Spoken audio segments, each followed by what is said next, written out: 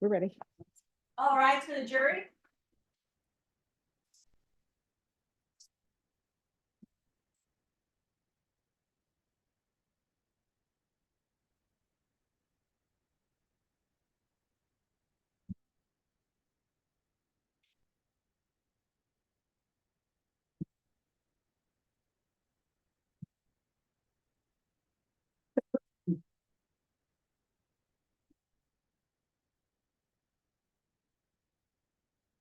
Please be seated. All right, ladies and gentlemen, if you can raise your right hand for me, please. Do you and each of you solemnly swear affirm in the case of the state of Texas versus David Solomon Duenas, you will a true verdict render according to the law and the evidence, so help you God? All right, you can lower your hand. State. Read the true bill of indictment. In the name and by authority of the state of Texas, the grand jury of Bexar County, state of Texas, duly organized and paneled and sworn as such at the March term AD 2023 of the 187th Judicial District Court of said county in said court at said term, do present in and to said court that in the county and state aforesaid and anterior to the presentment of this indictment, count one. On or about the 11th day of September 2022, David Solomon Duenas, hereinafter referred to as defendant, did use and exhibit a deadly weapon, namely a firearm, and defendant did intentionally, knowingly, and recklessly cause bodily injury to Danessa Duenas, hereinafter referred to as complainant, by pointing said deadly weapon at and in the direction of the complainant and striking the complainant with said weapon. Count two. On or about the 11th day of September 2022, David Solomon Duenas, hereinafter referred to as defendant, did use and exhibit a deadly weapon, namely a firearm, and defendant did intentionally, knowingly, and recklessly threaten imminent bodily injury to Christian Rodriguez, hereinafter referred to as complainant, by shooting at the complainant with said deadly weapon against the peace and dignity of the state, signed by the foreman of the grand jury. To each of those counts, how do you plead? All right. You may be seated. State, do you have any opening statements? Yes, Your Honor, just a brief opening statement.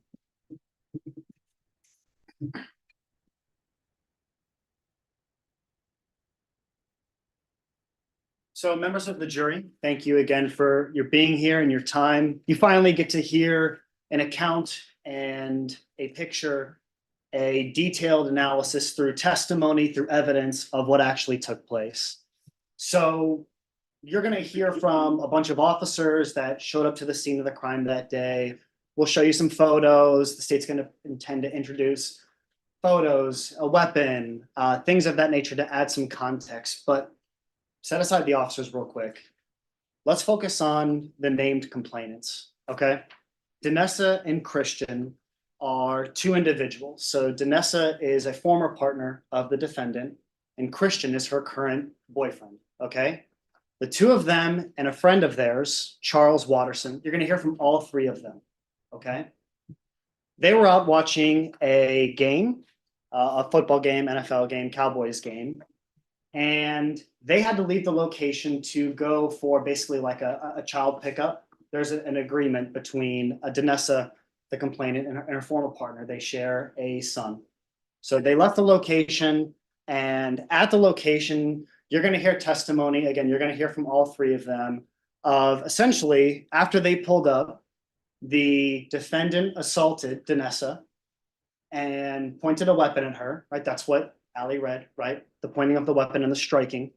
And he also, the defendant, also aimed and fired at Christian. His shot did not hit him, but he still fired that gun, okay? So really, those three individuals are kind of the bulwark and the bulk, if you will, of the account that took place that night. Again, we'll have officers to kind of buttress, corroborate, support, assist in the overall kind of analysis of what took place that night. But again, you're going to hear from Danessa, Christian, and Charles about, again, when they left that location and showed up to that house, how that individual had a gun on him, the defendant, assaulted her, shot at him, and we appreciate your time in advance. Thank you. Defense. Wait, reserve opening for. All right, state, call your first witness. Your Honor, the state will call Danessa Duenas as its first witness.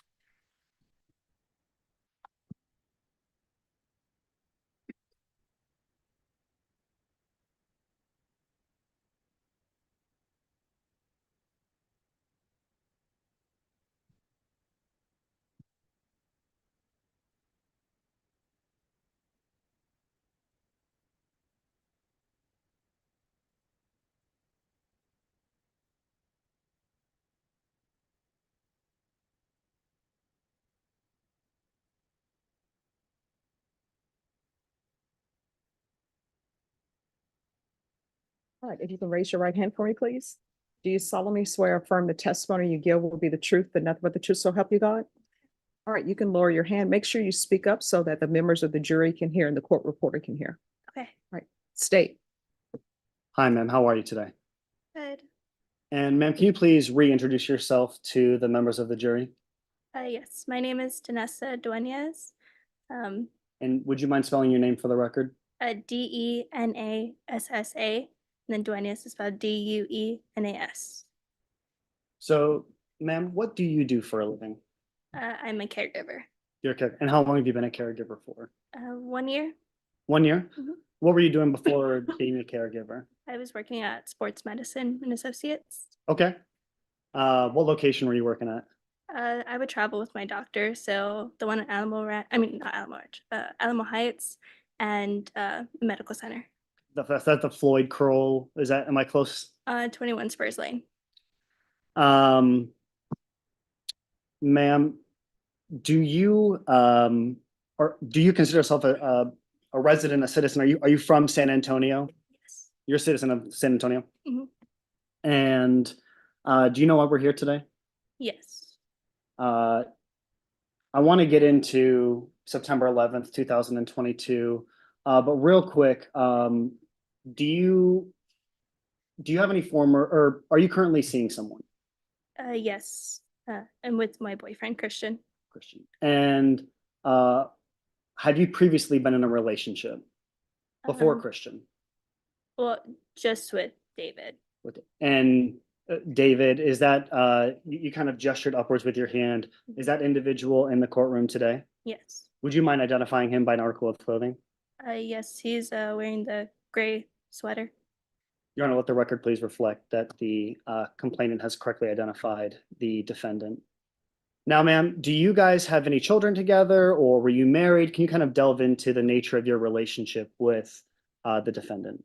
Yes. We have our son, it's Gianni Duenas, and we were married and then we just had separated. And how old is your son now? He's 6. And can you restate his first name again? Gianni is spelled Deonni. You beat me to, I was gonna ask you to spell his name, so thank you very much. Let's get into September 11th, 2022. Where were you that day? Take me to the beginning of your day that day on September 11th, 2022. So that day I was at home.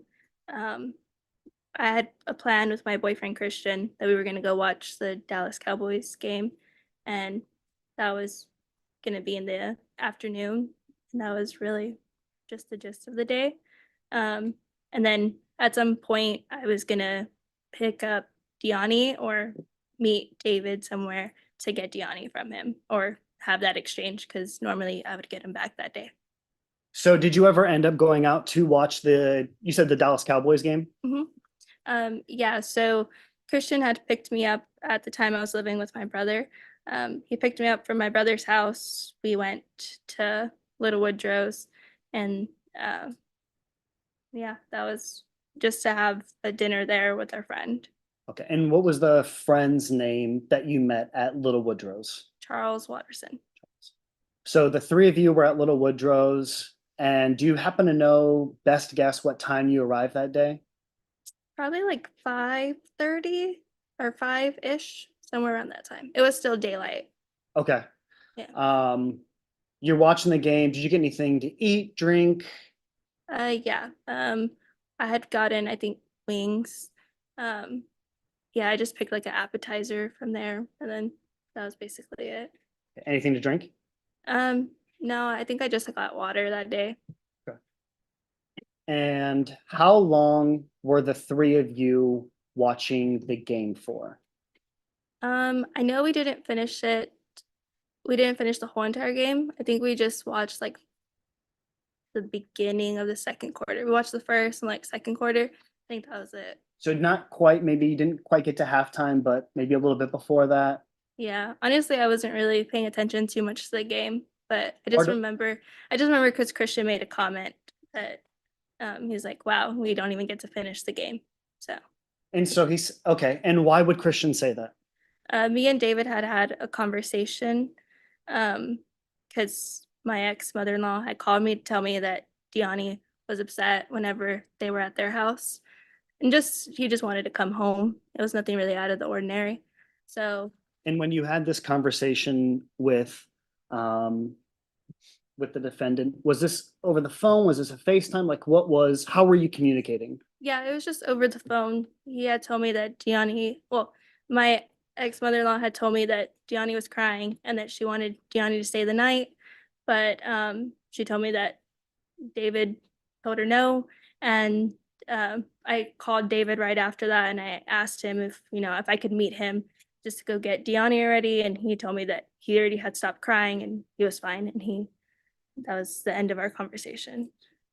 Okay, so after that conversation, did you then have a plan to go meet David somewhere to pick up your son? Or after you hung up the phone, what was the plan of action? So he had told me, well, I wanted to meet him right then and there. I was like, we can meet you right now. And because we were in Alamo Ranch area, so I was like, we can meet you right now and I can go and get him, or meet you somewhere. And he gave me attitude and said, no, he's like, he's fine. And he told me that he would text me or call me later on, that he wanted to take him back to his apartment so that way their kids could play together. Okay. After that phone call, did you wait a little bit before leaving, or did you leave the location? No, that was before we got to Little Woodrow's. That was like probably we were on our way to Little Woodrow's. Okay, so this took place before you even started watching the Cowboys game. Hmm. Okay. Yeah. Did you have any further communication with David whilst at Little Woodrow's watching the game? I think he had texted me like, "Where are you?" And that's when I told Christian, "Let's just go and go get Diani already." Now, was your plan to go with Christian and Charles was your friend? Was it the three of you going to leave together? The two of you? What was the plan? The plan was so me and Christian were just gonna go in his truck and go get Diani, and then Charles was just gonna go home. He just so happened to live in the same apartment complex. So And I apologize, just for clarity, Charles happened to live in the same exact apartment complex as David. mhm. Okay, We were it was all within, we were in the Little Woodrow's and Alamo Ranch. So it was like 10 minutes away, or not even 10 minutes. It was really just the exit over next. okay. So if the plan was initially to leave with Christian, if I'm understanding you correctly, what changed in your plan? So whenever we were getting out of Little Woodrow's, Christian's truck, it was an old truck. It was like a 30-year-old truck. He had just gotten it. Well, I guess the battery, or I don't know if I left a light on or something. Honestly, the doors were just kind of hingy. Like it was just a bad truck overall. Um, he tried to mess with it because it wasn't turning on whenever we jumped in the truck. And he used to be a mechanic, so he was trying to figure out what was wrong with it. And Charles saw us. He called his friend Charles, I think, and he told him, our truck's not starting. Can you come and give me a jump? So Charles came over, and at that point, I was already kind of like, let's just go get Diani. And I had asked Charles if he can just take us to get Diani, and then we'll worry about the truck later. Okay. So if I understand correctly, you and Christian went to watch the game together. It Mhm. was only later, once you realized that Christian's truck, Mhm. something with the battery, that then Charles came. Yeah. Well, Charles was there eating with us, and I guess we just caught him barely in enough time that he was about to take off from Little Woodrow's, just expecting us to leave too. So we were just both. I was just gonna get Diani and go home. Understood. So he was about to leave, but then you called him to come back. Yeah, yeah, and he was still within the parking lot. So, and the parking lot was really packed. So I think he had parked a little away from us, I think, but he just literally made like a little circle and came next to us, like to park somewhere closer to where we could jump to start the car. Okay. So were you able to successfully jumpstart Christian's car? No, I think Charles was looking in his truck and he couldn't find anything to jumpstart it. So I told Christian that I would call my brother and that he would come and help us whenever, you know, I whenever he would come. I'm sure my brother had jumper cables and I would tell him the situation and he would probably give us the jump. That was my idea. And did you end up waiting for your brother? No, just because it started getting a little late and I was just kind of getting nervous already and I was just wanted to go get Diani. So for clarity, when the three of you left, whose vehicle were you in? We were in Charles's. And what kind of vehicle does Charles have? I know it's a small little truck, but I don't really know the make and model. And could it fit all three of you? Yes. Okay. So did you go anywhere on the way to meet David or? No, I was just gonna go pick up Diani from his house. So we all got in Charles's truck and we went straight to go get Diani at David's apartment. And you had had you been to David's apartment before? Twice, but just to do normal pickups and drop offs. And when you arrived at the apartment complex, where did you park? So I directed Charles to park on the side. I would normally park there if I would have to go by myself, just because we weren't in line of, it was just on the side. So it was just easier just to park right there, get down, walk a little bit of a distance and get Diani and walk back. So that's exactly what I directed Charles to do. Was the location that y'all parked Mhm. in direct view of the apartment or? No, it was right on the side. So when you say right on the side, Mhm. when leaving the truck, Mhm. where would you have to walk directionally? I would have to walk in front of the truck to go straight forward. So this is like the wall, and then their apartment entrance is on this side. So So if someone is standing at the front door of David's apartment, would they be seen from the truck? not at the front door. They would have to be standing right in front of the entrance of the stairs. After you parked, Mhm.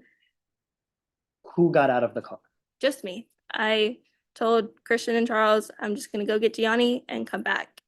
And when I was walking that way, that's when I saw David. So when you walked that way and saw David, Mhm. were you in eyesight of Christian and Charles? No. When you first interacted with David, what happened? Um, I walked in front, I walked towards him, and then he started having an attitude with me. So I kind of tried to ignore it. I don't remember exactly what he said, to be honest. But I tried walking to the stairs just to go up to his apartment as he was just there by himself. So I figured Diani was upstairs. So if I understand correctly, did David meet you on like the ground floor as opposed to being upstairs? Yes, he was right in front of like a tree and like the parking spots right there. Did you ever actually end up walking up the stairs? No. Why not? At that point, he had grabbed me by my arm, and that's when our physical altercation started. Now, when you say grabbed you by the arm, where did he grab you? I think he grabbed me on this arm, I think. Honestly, I don't remember, but I know he grabbed me on one of the arms, and that's when I just kind of got into like a fight or flight mode, and I started fighting back with him to just get him off of me. And to be more specific, after the grab, do you remember what physical actions he took towards you or that you took towards him? Yeah, so I remember my hair was getting grabbed because I was just trying to push him off. So he grabbed me by my hair and pushed my head down, and I just felt something on the side of my head. I felt like, I don't know how to describe it. I felt like a huge hit. And then um, he continued to pull my hair and walk his way to the truck. So when he's walking towards the truck, is he still pulling your hair? Yes, Are you in front or behind him at the time? behind him. And I was behind him and I was just trying my best to get him off of me or to get his hand out of my hair. So what direction are you being drugged by your hair? I felt it more on the top. I had a small bun at the bottom, but I could feel like all my hair just getting pulled from this side. And were you still like walking? Yeah, I Bo- was walking with him and trying to push his hand out of me, like, or trying to push his hand away from me. And again, for clarity, what direction, where was he walking to? What was he walking towards? He was walking towards the area where I had just walked from. So he was walking his way down towards the truck. Did he end up making his way to the truck? Yes. And what happened next? I saw that he had went to Charles, which he was in the driver's side, and he was tapping with the gun. And I tried to push him. Oh, I'm sorry. I tried to push him off, and I was trying to direct him, like, just to stop and just stop the whole thing. And Christian had got out of his side, and he just said, it's like, he said something to the effect like, it's me, like, I'm her boyfriend, like, it's my fault, I'm the reason why we're late. And he said something like that because he thought he was mad because we were late. And he was walking his way towards the passenger side to walk to meet Christian when I got in front of him again and I tried to stop him, and the whole entire time I'm pushing him, and he hit me again on the head with the gun. Had David, to your knowledge, ever met Christian or Charles before that night? No. And what, Charles was sitting in the driver's seat? Yes, Christian was sitting where again? on the passenger side. So when he gets out, what directionally, with respect to the car, where did Christian get out and walk? He just opened the door and stepped out, and then David was right there to face him in front. So David walked from the driver's side to the passenger side on the front side of it. And after Christian gave an explanation of some sort, Yeah. what happened next? I just saw the whole entire time I'm just pushing David, and I'm in back of him at that point, trying to just push him or pull him away from Christian. And I just see his hand raise up, and he just pointed the gun towards Christian and shot one round or one bullet. I'm sorry. He shot one time at Christian. Yeah. How quickly, to the best of your memory, did like the brandishing of the gun translate into the firing of the gun? Pretty quickly, he already had in his hand because he had already hit me twice with the gun. So that was the second time he had hit me when we were in front of the car when he was going towards Christian. And at the time that the shot rang out, Hmm. did you think he had hit Christian? Honestly, I wasn't sure until I saw Christian kind of like he did like a lateral type of movement and kind of moved in a weird way where he just like kind of booked it to get away from David. And where did he run? Where did Christian run to? I just saw him run on the back side of the truck, and then I don't know which direction he honestly ran to because I was more focused on David and just getting him away. And yeah. after Christian ran away, what did you do? I immediately freaked out, and then I just saw David tell me like, my brother is a bandito, and he like, Your Honor, non-responsive. All right, that'll be overruled. I'm sorry. And then he left, and then I immediately got my phone and I called my ex-mother-in-law. And I told her the situation. I just told her that David shot at my boyfriend. After Christian ran away, where were you physically after that? What did you do physically after that?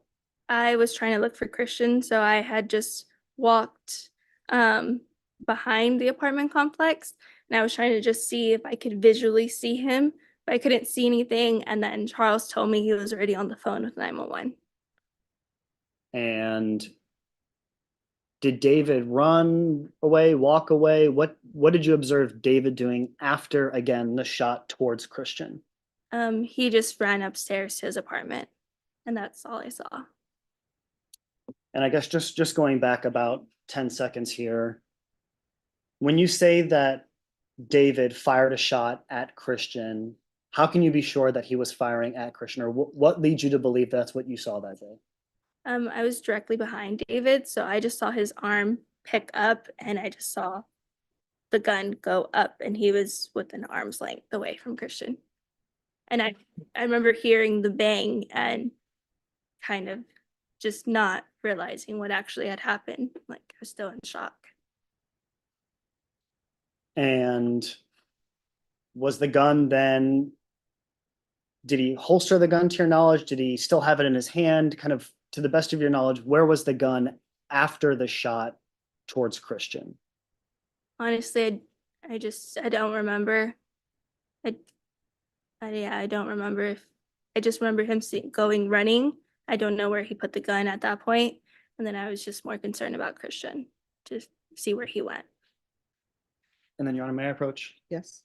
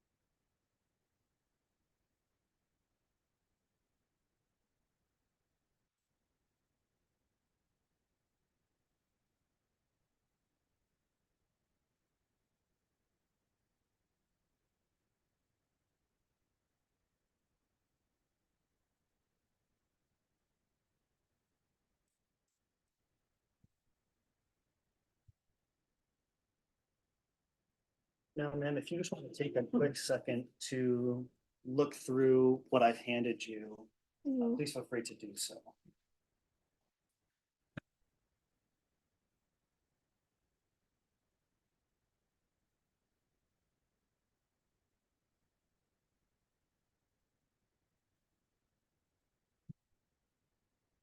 Yeah. Now, ma'am, now that you have an opportunity to review all of these, what are these photos of? So the picture in my head, And I apologize, I don't mean to cut you off, but in general terms, Mhm. I guess let me rephrase, who are these photos of? of me And when were these photos taken? that night.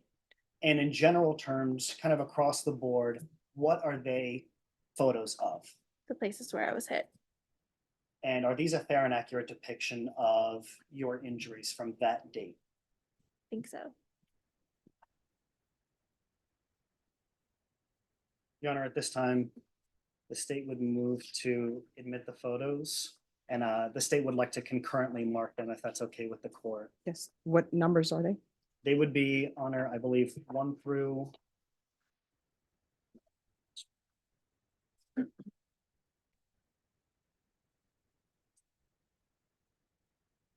Your Honor, they will be photos, state's exhibits 1 through 9.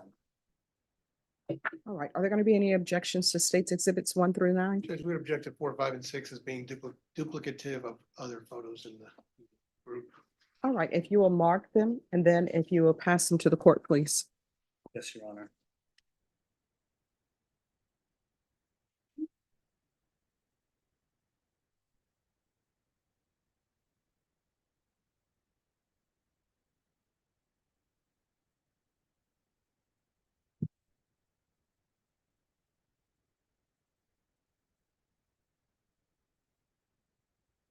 All right, thank you.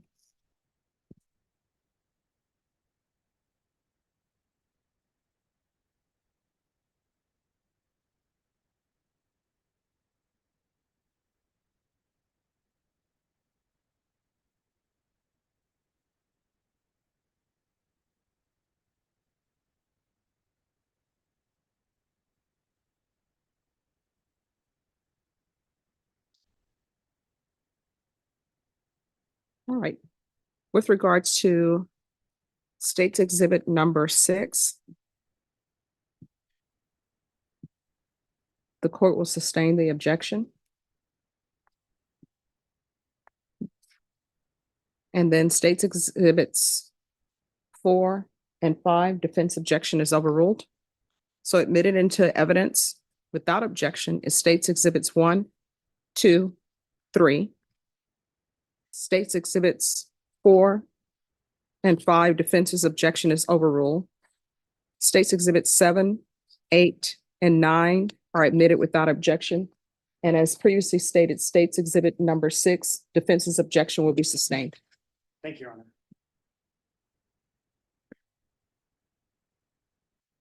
Madam Mayor, approach again. Yes. Now, ma'am, we're just gonna go one by one here. Mhm. I'm showing you what's been marked as States Exhibit number 1. Can you just explain what this is a photo of? They just wanted one photo of me.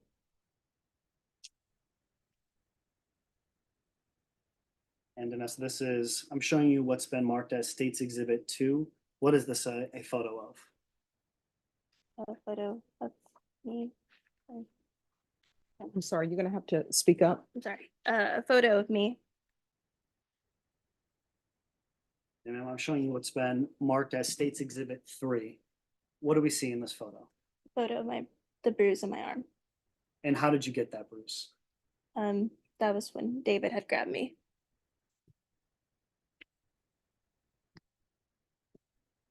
Ma'am, I'm showing you what's been marked as States Exhibit 4. What is this photo showing?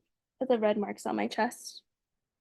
And can you kind of point to where exactly the discoloration is?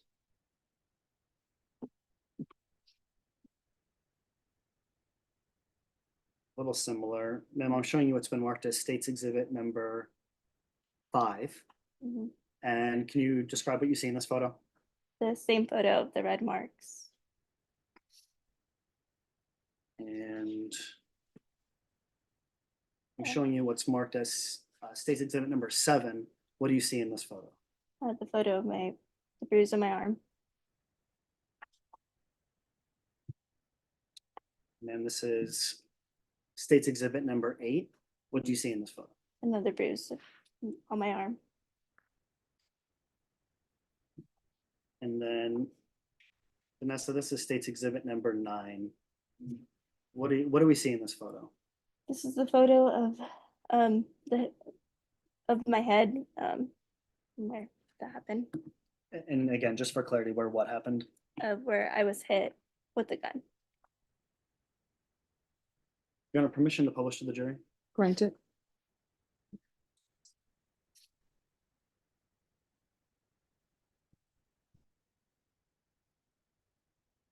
In just a brief moment of the court's time, Your Honor.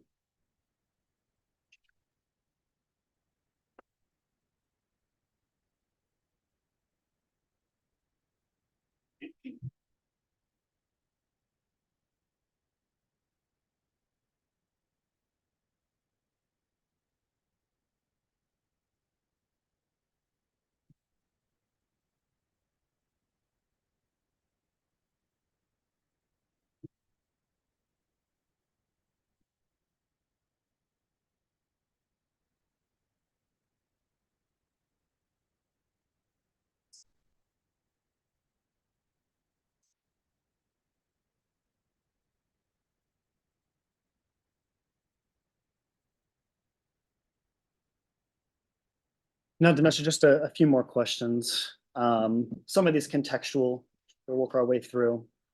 For clarity, in general, how long were you with David?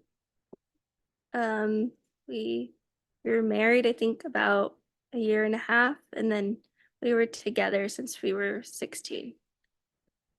And at the point of the date of offense, September 11th, 2022, how long had y'all been separated at that point? About 8 months. And what was the custody situation that y'all had arranged? So we arranged for him to get our son every other weekend. And did David usually have your son like at a downstairs location or at his apartment? Where did you usually pick up your son? He would normally come to my brother's house and get our son. And how did the exchanges normally go? It was very quick. I would just send my son off, and it was very really no communication. And with respect to that night, you've already testified to him hitting you with the weapon. Did he ever do anything else with the gun with respect to you and your person? No. And when did you realize, initially, when did you realize that the defendant had a gun on them that night? I saw his hand that was on his like pant pocket, or not pocket, but in front where his belt would be. And I saw that, but honestly, I didn't think he would have a gun until he grabbed me, and that's when I saw he pulled it out. And did Charles ever, your friend Charles Watterson, did he ever get out of the truck that night? No. And did anyone ever hit David that night? No. Well, just me trying to push him off of me. Other than self-defense, any other hits towards the Objection, Your defendant? Honor, leading the witness. Sustained. Other than actions that you took, did you see anyone else attack David? No.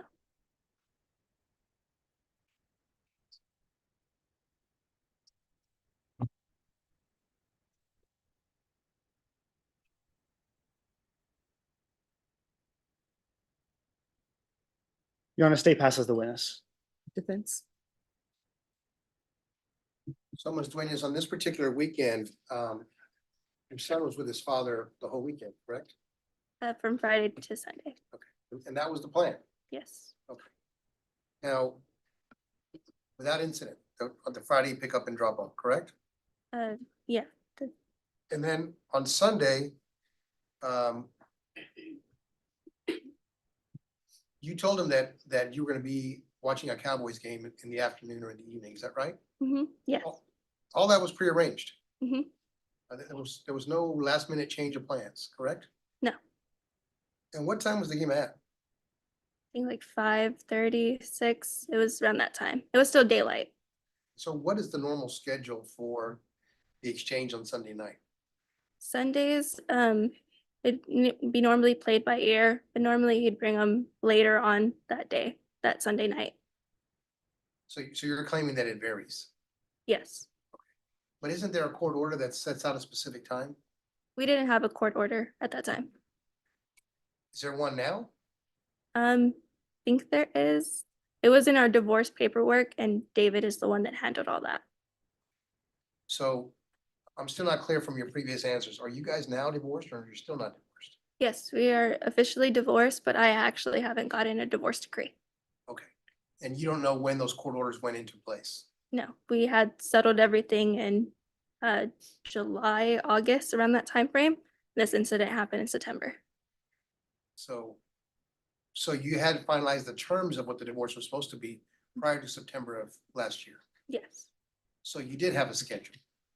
It wasn't a set schedule. He was the one that worked out that we were just gonna have 50-50. And that was the basis, and just to get our divorce done. So, Ms. Duenas, are you telling me that if we look at the divorce decree right now, there's no schedule of what time on Sunday the child is supposed to be back with his mother? I told David that I would trust him to do everything correctly because I was letting him handle our divorce. So he was paying for it out of pocket. So I guess my question is, do you even know what the divorce says? No, I trusted him blindly, and that was my fault. And you're saying since since last summer, Mhm. when the divorce was put into writing, you've never seen the document? No, and I've tried to get a divorce decree, but I have a hectic work schedule and I called ahead of time, but I just haven't had the time to actually go in and get it. So every time he would go for the weekend, every single weekend, you guys would just schedule a time for the pickup and schedule a time for the drop off. There was no rhyme or reason to it. Yeah, he would get Diani right after school on Friday night and then get him Sunday, or I would get him back Sunday, either Sunday, sometime during the night. It was normally around like 8 or 9. So you're telling us you haven't seen the decree, so, and you also don't know what it says. Is that what you're telling me? Yeah, So on this particular occasion, if the game was starting at 4 or 5, it was gonna go till 8 or 9 o'clock at night, correct? yes, I mean, and so would you agree that during the course of the evening, David made inquiries of you in writing by text about where you were or how your schedule was playing out? I already had told him ahead of time. Okay. Well, did you have text conversations with him during that late afternoon, early evening? Very little. Approach Judge. Yes.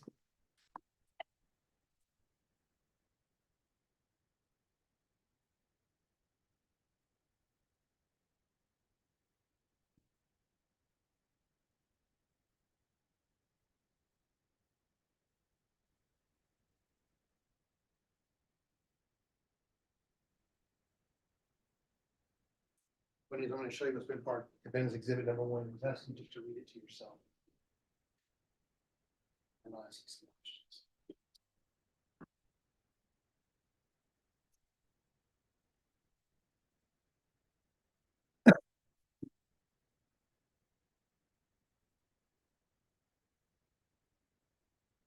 Okay.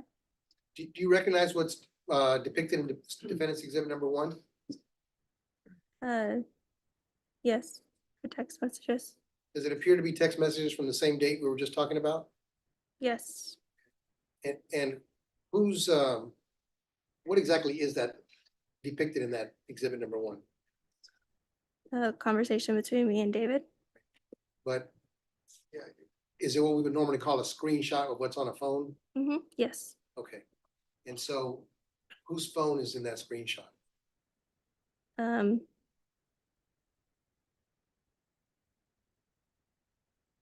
um, assume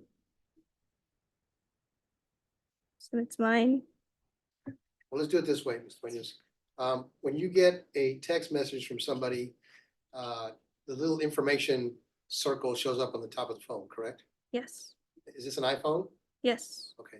And so, and if in your iPhone, you have your contacts with pictures on them, then the picture of the person would show up, correct? hmm You have to say yes or no, please. Oh, yes. I'm sorry. So is it fair to say that you recognize defendant's exhibit number 1 because it has David's picture on it, therefore it must be your phone? Yes. Okay. And now that you've read the actual text messages, is it about the subject matter that we're now currently discussing? Yes. So would you agree with me that if you look at those text messages, we have a better idea of what time some of these things are happening? Yes. And before I get into the specifics of the text message, do you recall whether or not the call you got earlier from somebody in his family was his mother or his sister or somebody else? It was a conversation with his mom. And it was related to how Diani was doing that day. Is that right? Yes.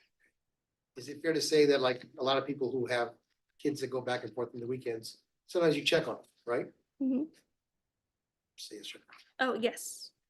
And if there's an issue or whatever, you might get a call either informing you of something or asking you a question. Yes. So give us an idea or clarify or expand on what it is you got a phone call about earlier that afternoon. That just Deani was upset and they were trying to convince David to let Deani stay the night, and my mother-in-law or ex-mother-in-law would take him to school the next day. So to kind of make it a very simple to understand, the little boy was missing his mother, right? Yes. And so in order to maybe make him feel better or to pamper him or give him special treatment, the grandparents asked you if he could spend the night with them. Yes. And what time did that take place? That was maybe like 3. It was during the day. Okay. So then you, if I understand you correctly, you followed up with his father, David, Mhm. and you all talked about it, right? Yes. But then he assured you that he was fine. Yes. At some point after that, did David try to make arrangements with you to return the child to you? He said that he would just that he wanted to keep him and take him back to his apartment, and he had, I think, gotten him some stuff, and Deani wanted to go play with the other kids there at his apartment. I wasn't clear in my question, I'm sorry. In the text message itself, in the actual communication, is there a time that you can see on the communication where David contacted you to say or inquire about taking him back home? He just said, "Are you home?" What time did he ask you if you were home? At 6 to 8 or 6:18. Um, do you know why he would be asking that question at 6:18? To see if I was home. Well, but was it related to him maybe returning the child to you? I assume so. During that time frame, after the 3 o'clock and before the 6 o'clock text asking if you're home, did you speak to him on the phone? I had spoke to him before this text, and then yeah, that was just before the text that I told him I would go and meet him and get Deani. So did you speak to him on the phone one time or more than one I want to say it was twice. time? Did he relate to you a similar concern he had that his son was missing you or wanted to come back home with you, something like that? He just told me that he's fine and that he stopped crying and it's fine, that he handled it. But the contact at 6 o'clock was for purposes of trying to arrange getting him back to you, isn't that? Do you agree with that or no? Uh, yes. So you said you got to Little Woodrow's at what time? It was 5. It was still daylight. I don't remember the exact time. Okay. And you left there at what time? We left there. It was already close to. It was.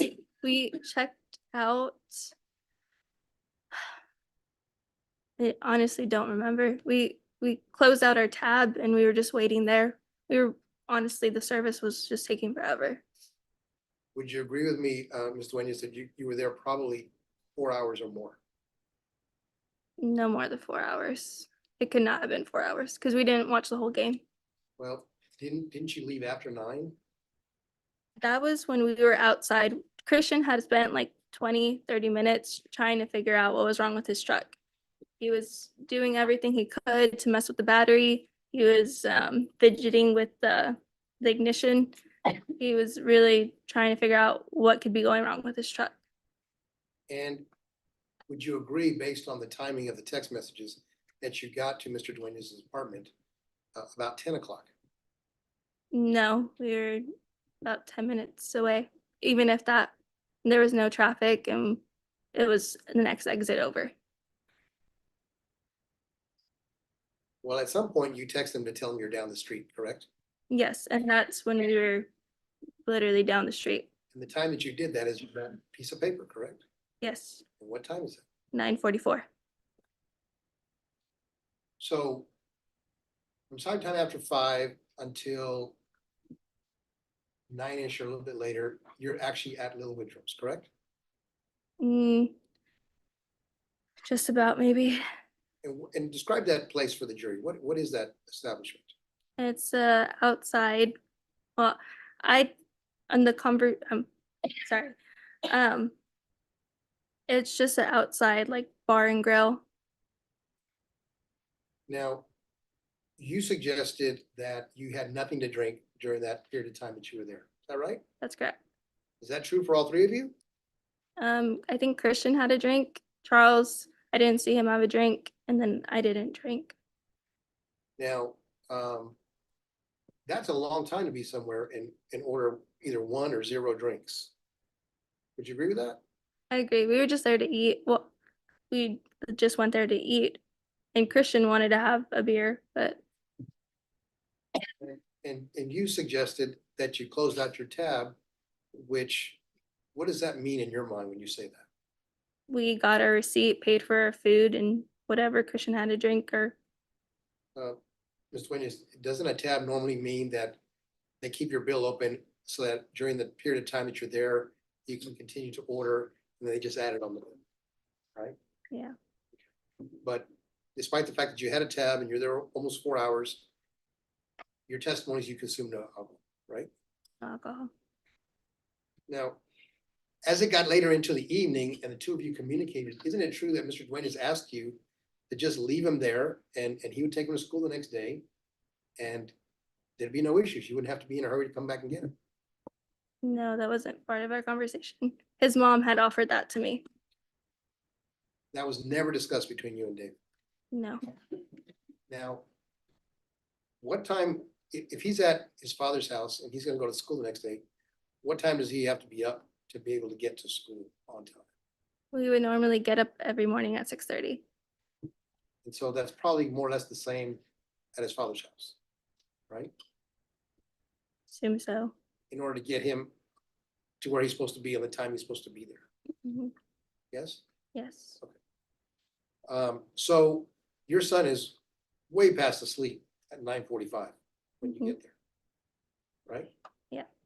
Would you agree, Ms. Duenas, that part of the reason the two of you were arguing was he wanted him just to stay asleep and go to sleep himself, and you insisted on taking him with you? Mm, the argument that we had had over the phone before that was I had said that I could just take Deani with me and we'll go out to eat and watch the game. I didn't know Little Woodrow's was strictly a bar. And that's when Christian, on our way, Christian told me, he's like, no, we can't because it's a bar. So you agree that you, at one point asked David, can I just, matter of fact, you even asked him to bring him to you at Little Woodrow's, correct?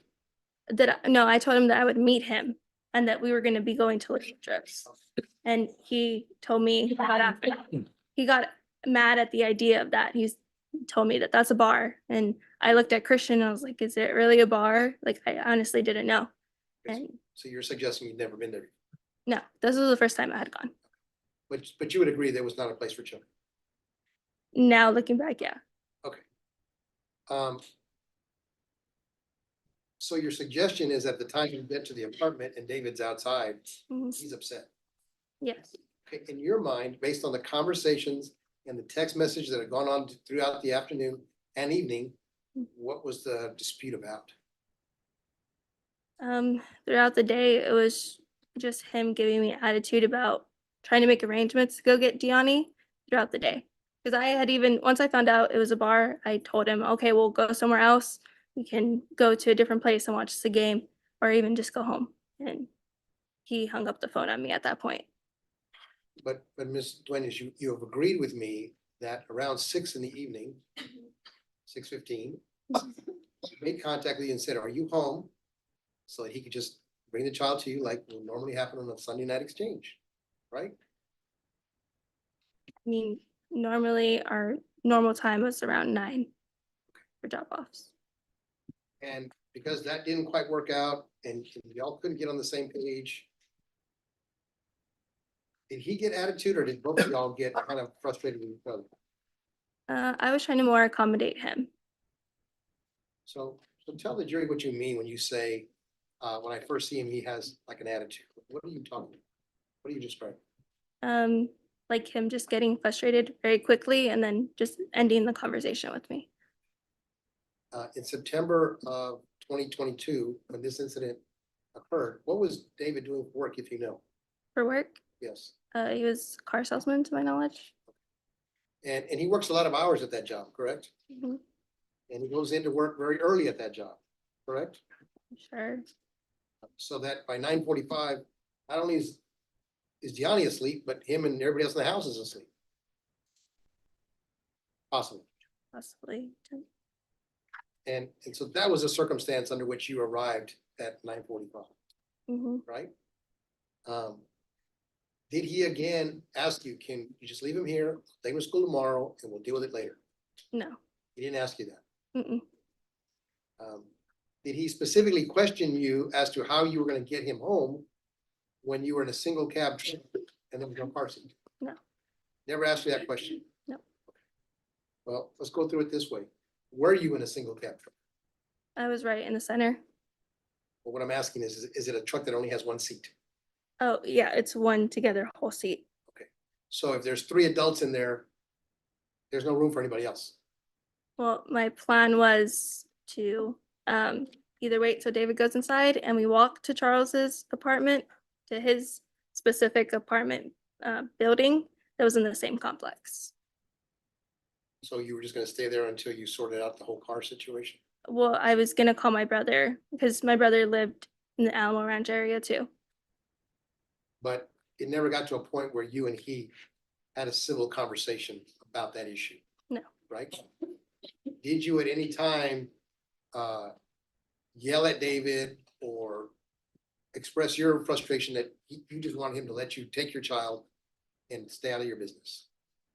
I exchanged very few words with him.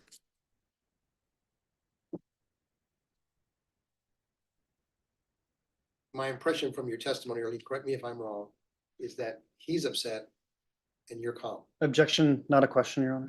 All right, that'll be overruled. You can answer the question if you know.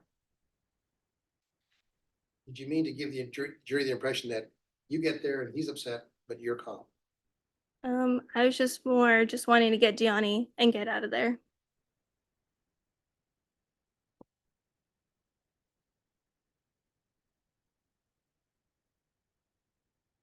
When you first made contact with him, he wanted to make his way to the truck to talk to whoever's in the truck with you, correct? Well, he confronted me first. But didn't you say he tried to get around you or pushed you aside or did something to make his way towards the truck? Yes. Because he wanted to talk to, or whatever it is he wanted to do with whoever was in the truck. Hmm. Do you know who he was with? No. Where was the truck situated in the general parking area? We were right on the side, so his entrance is in the it was in the like L. And so his was at the top of the L and then ours where we parked the truck, it was in this side of it. Is it parked in a designated parking spot? I don't think so. Like, you know how in a parking lot, they'll have double yellow lines to mark where the car should park? Was the truck parked in a parking spot? It was in a parking spot. And in fact, wasn't there a car next to it? Yes. So that if David went to go walk to the passenger side, there'd be just enough of a gap between one car and another. Hmm. Yes? Yes. And you were following behind him. Yes. And Christian, when he saw that he was coming, gets out of the car and says, I'm the one that delayed us, or whatever he says, and they begin to talk, correct? He just said it. I was the reason that it got delayed, and that's when I just saw the gun come up. So at the point that Christian gets out of the car, are you in front of or behind David? I'm behind David at that point. So because there's not enough room between the two cars for the two of you to be next to each other, would you agree? Agree. So you're either in between the two men or you're behind David and David is face to face with Christian. Yes. So are you telling this jury that as soon as Christian gets off the car, he just pulls out a gun and shoots at him? Yes. No discussion, No discussion. no conversation. No. Christian doesn't even touch him. Yeah. I really don't know. David was in front of me and I was just pulling him off or pulling him back. So you would agree that you had jumped on top of David from his back before he had any confrontation or discussion or anything happened between him and Christian? I didn't jump on his back. I was just pulling his, oh, sorry. I was just pulling his arm and shoulders, trying to just pull. Well, what were you stopping him from doing if he was just walking over there? Or what was the point of doing that? He already had hit me and had pulled my hair. Now, let's talk about that. Ms. Duenas, Mhm. isn't it true that as you're pulling on him or whatever it is you're doing to try to restrain him, that he pushes his hand back towards you to kind of get you off of him? Mm, From where it started? Or Now I'm talking about when you're in between, next to the truck, in between the truck and the car next to it. Mhm. He's just kind of ignoring me. I, at that point, he already had hit me and was just directing his anger. Oh, he was just directing his attention to Christian. And they didn't know each other, correct? No, They'd never spoken before. No. Never seen each other before. No. But yet it's your testimony that he's going up to the truck to confront Christian and either fight with him or shoot him or do something. he went to the driver's side first, and then Christian is the one that he came out right away. He came out of his spot and closed the, I think he had closed the door, and he said that I'm Danessa's boyfriend, like it's me, and it's all my fault. I remember him saying that. But didn't he actually say, I'm the one you want to talk to? Yeah, something like that. And then they walked towards each other for that purpose. Like David had stormed towards Christian. So your testimony is that as soon as Christian gets out of the car, does he close the door? I think so. Yeah, he did. And you're not doing anything to Christian, I mean, to David at this point? Or were you I was yelling at him? I was still pulling David and trying to just tell him just go, just leave, and nothing was working.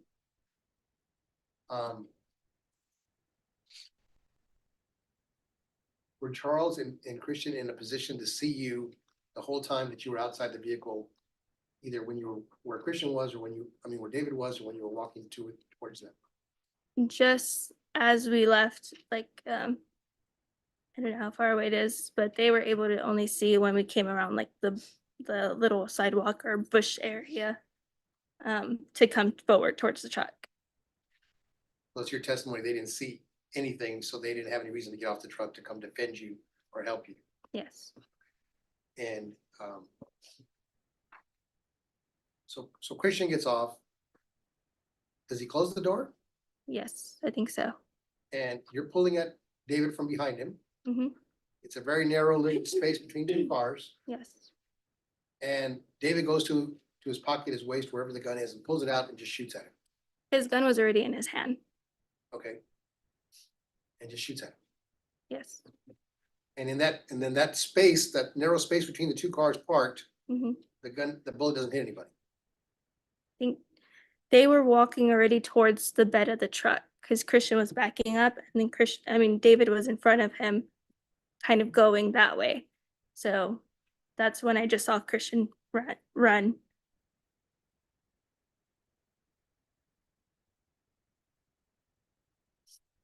Well, but Christian doesn't go to run until after the shots already been fired. Well, yes, that's what I mean. After he fired, that's when I saw him run. But nothing precipitated that happening. They didn't exchange words. Christian never touched him. Mm-mm. David just, for no reason, pulled out the gun and fired a shot. I guess so. Well, you're the only one that was there between all of us here. I'm asking you. Yeah. Is that what happened? Yes, it happened. And where the truck was parked and the car next to it was parked, they were still there when the police got there, correct? The vehicles? Yes. Yes. And you were able to describe for the officers where this incident occurred, correct? Hmm. Where everybody was positioned. That was Charles on the phone call. I didn't talk to the police, or I didn't do the 911 call. No, I'm talking about when the police actually get to the scene. Oh, yes, sorry. And so you talked to them there, right? Yes. And so did Charles, Mhm. and did Christian or no? He had to go in the ambulance. So if they know where David was standing and where he fired the gun and according to you, the direction in which he pointed it, then they should have found where the bullet hit, right? Yes, And did you share that information with them so that they could do that? yes. Do you know whether or not it was ever determined where that bullet went? No, I don't know. Um,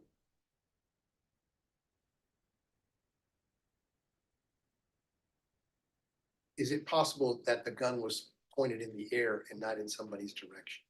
No, I saw his arm lift up and I just saw it lift up and then I just heard it. I don't know exactly where it had aimed or if Christian had moved or I don't know that part. Well, and that's my question. You say lift up, so there's a continuum. It's down, pointing at the ground, could lift up horizontal, at some point could be vertical. So can you tell at what point that happened? I just saw he lifted straight up with his arm, So how far is Christian from him when that occurs? just arm's distance. So just so it makes sense and the jury's real clear about it, when you say arm's distance, you're saying, so if you stick out your arm, Mhm. you're saying that Christian is like near where the court reporter's at. Mm, He is just, yeah, just about right here. Is It was, closer than that. yeah, he was very close. Um, but yet the bullet didn't hit him. Yeah. Was there a flash from the gun? I think, no, I honestly, David was right in front of me. I couldn't see that. So if David's in front of you and you can't see the flash of the gun, how are you so clear that the gun is pointing towards Christian and not in the air? I was pulling on his shoulders and I could see his arm when he did the motion to lift up. So your hands were on his arm or shoulder of the hand that he had the gun in? I was just pulling on his shirt and his shoulders. What kind of shirt was he wearing? He was wearing a black shirt, I think. I mean, like a t-shirt or a collared shirt or, Yeah, just a black t-shirt. um,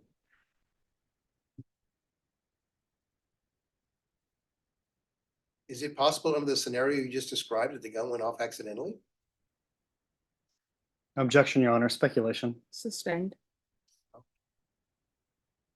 Did the gun discharge at the same time you had your hands on David, either on his shoulders or on his shirt or pulling on it? I don't know. And you suggested you didn't see the flash because David's body basically is blocking it, Mhm. correct? So it's blocking you seeing the flash, but yet you still know it's pointed in Christian's direction. How do you resolve that conflict? Yeah, I just saw him do the motion from whatever angle I could get him just to pull him back. I just saw the motion where his arm went up. Okay. So it wasn't pointed at the ground, but where it was between the ground and pointed in the air, somewhere in there it went off. Mhm. Did David say anything when this happened? Mm.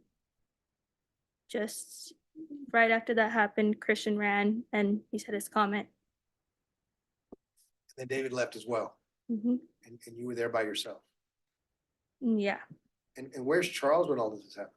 he's still sitting on the driver's side. So when you say on the driver's side, you're talking about directly across from where Christian got out of the truck, right? Mhm. So he's within arm length distance of Christian until he gets out. Mhm. Yes? Yes. Okay. And then Christian closes the door. Mhm. I'm sorry, Miss, when did you have to say yes or no? Oh, yes, I'm sorry. So he closes the door and Charles is still in the truck. Yes. Is he close enough to what's going on, in your opinion, to see what's going on? Yes. if he was facing that way. Well, he sees this. Did Charles take note that David was even there? Objection, speculation. Sustained. Well, let me ask it this way. Wasn't your testimony that he tapped on the driver's side window? Yes, he tapped on the driver's side window. And that's where Charles was seated? Mhm. Did you notice if Charles realized he was there? If he realized he was there, Like, did he look at him or did he make any kind of response? no. He stayed sitting down in the driver's side. Say that again. He's sitting down in the driver's side. At any point, he didn't point to Christian and say like, this is between you guys. I'm not in this. I don't know what conversation was in the truck. From your recollection of sitting in that truck going over there, you could see out the windows. Is that fair? We could see out the windows. Like when you're sitting inside the truck and you see outside all the windows. Yes, None of them are covered or so dark that you couldn't see. No. Okay. And what was the lighting like in the parking lot where the car was? it was pretty dark. There was only one light. Um,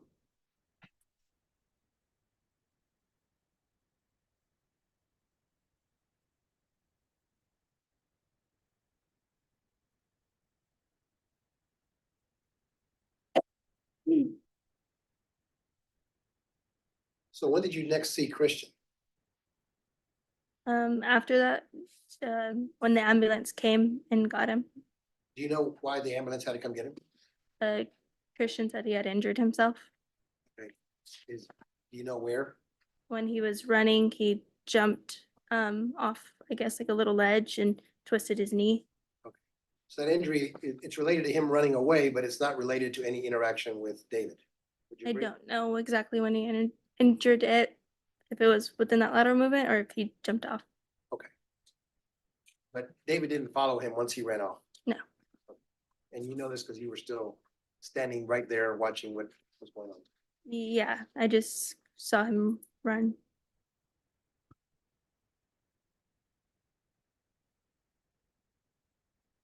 Now, throughout your testimony, Ms. Duenas, I don't know that I heard you say, and maybe I missed it, that David ever pointed the gun at you. He never pointed the gun directly at me. So when you suggest that he hurt you with it, it was because it was in his hand when he made contact. Yes, Okay. When his hand made contact with you, were you behind him or in front of him? the first time I was in front of him that he had hit me with the gun. Okay. So describe that for us. Are you standing face to face with him? He was walking towards me and I tried to walk towards his stairs and he said something, but I don't remember. And I just said, well, I'm just gonna go get Deani. And I walked off that way and that's when I felt him grab my arm. And then I felt a thud on my head. So you didn't see it coming? No. So you don't know if he took a swing at you or in grabbing you or trying to restrain you, you got hit? It felt like a very sharp pain. Did you get medical treatment for these alleged injuries from getting hit with a gun? I went to the hospital that night. Was there stitches? Was there x-rays? What happened? No stitches. They just gave me just ibuprofen and just to follow up with my primary.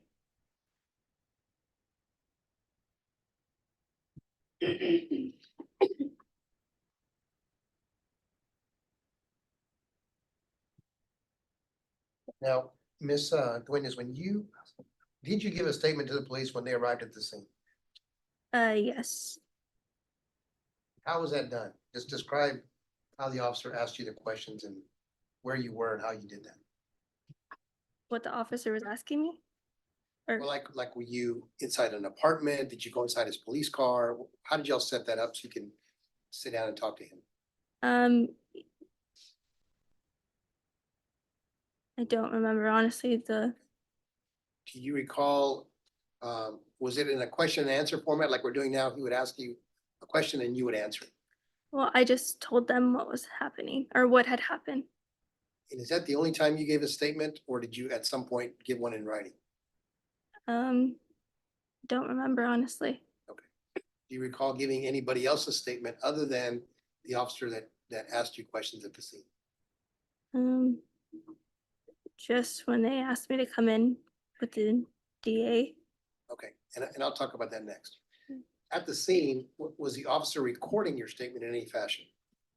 I don't remember, Did he ever tell you whether or not he was doing that? and not to my knowledge. Did you notice whether or not he had a camera on his uniform? I honestly didn't pay attention. So you don't even know if there's a recorded statement of what you told the officer that night, Mm-mm. and you've never seen it? No. Is it your belief that whatever you're telling us here in court under oath is the same thing as what you told the officer at the scene on September 11th? Yes. Even though you've not seen, assuming it's recorded, even though you've not seen it, Yes. there should be no reason for any discrepancy. No. Okay. And so you said you come in to the DA's office to talk about this situation sometime between September and today, correct? Yes. And again, was that kind of the same type of scenario? They'd ask questions and you'd answer them. Yeah, they would just ask me to walk through what happened that night. Was that interview recorded? I didn't ask. You didn't see any cameras? No. You didn't see any tape recording devices? No.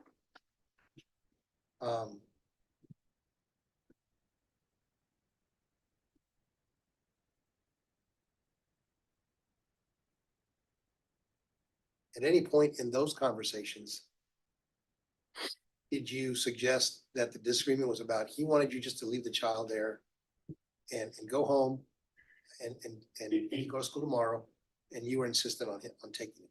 That was never part of our conversation. That was never part of the conversation. Mm-mm. So let me ask you the question today then. Do you think that was the issue? Or that David just saw an opportunity to be violent with you and your new boyfriend and took advantage of it? I don't know. Well, based on everything that had occurred that weekend, the relationship you've had with David in the divorce process and what y'all normally do on a Sunday, was there any reason for you to believe something like this was gonna happen that day? No. I thought we could co-parent. So he was, and I'm not putting words in your mouth, I'm just asking because you're in the best position to answer it. It's just a random act of violence that has no explanation. No, he had expressed that he was already upset that we were getting the divorce to begin with.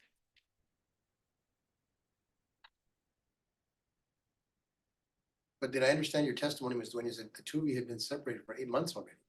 Yes. And in fact, the apartment he was at, he was living with his girlfriend, Yes. his pregnant girlfriend at the time. Yes. But your belief is all of that was despite the fact that he didn't ever want to be apart from you in the first place. He had expressed that he made a mistake, but at that point, I was already signing our divorce paperwork.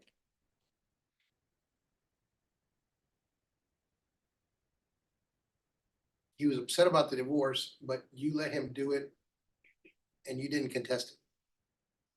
I just wanted the divorce done, and he had the conversation. He wanted the divorce, so he was gonna continue. He was gonna be doing everything, and I was gonna trust him. So at the same time, he didn't want the divorce. He was paying for it and making all the arrangements, and the two of you agreed to it and signed it and entered it. Hmm. And that, his unhappiness with all of that is what explains what happened on September 11th. I had expressed to him, whenever I signed our divorce paperwork when we met up, that Deani was finally going to be meeting somebody that I had been talking to for a very long, had been talking to and known for a while. But this isn't the first day that David found out that you were seeing somebody, correct? Well, I hadn't made that public or known. Well, my question specifically, Ms. Duenas, is, did David learn for the first time that day that you were seeing Christian? He knew that Christian was going to be meeting our son eventually. Well, not trying to be difficult, but I just want to make sure we're clear about what you're telling us. Mhm. Did David know you're already involved with somebody prior to September 11th, 2022? Objection asked and answered. Overruled. Yes, that was when I signed our divorce in the summer. So months before then, he knew about Christian, right? But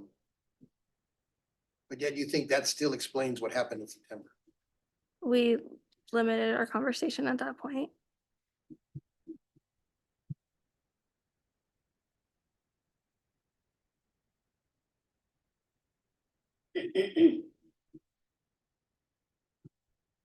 That's what it's. Just a moment of the court's time, Your Honor.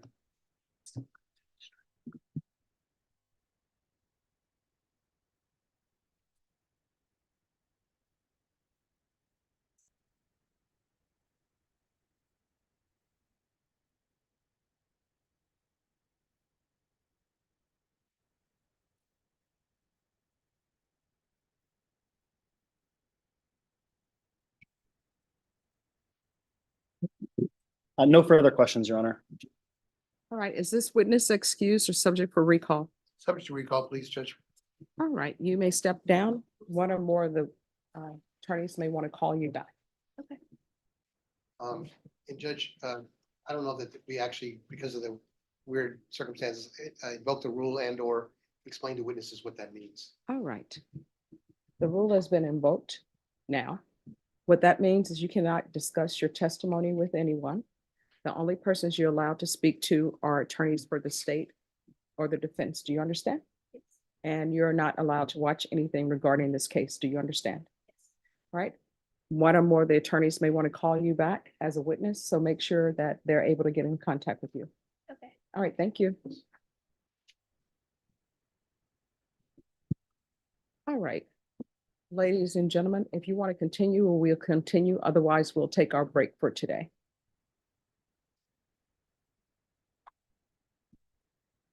Is this something you all wish to discuss?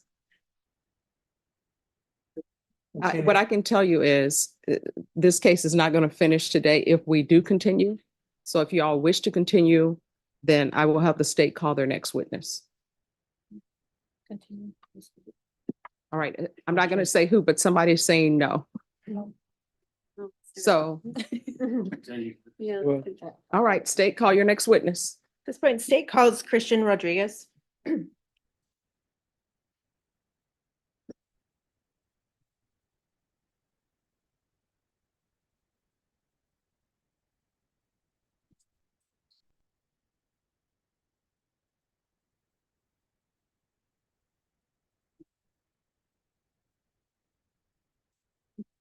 And if you'll take a seat here, please.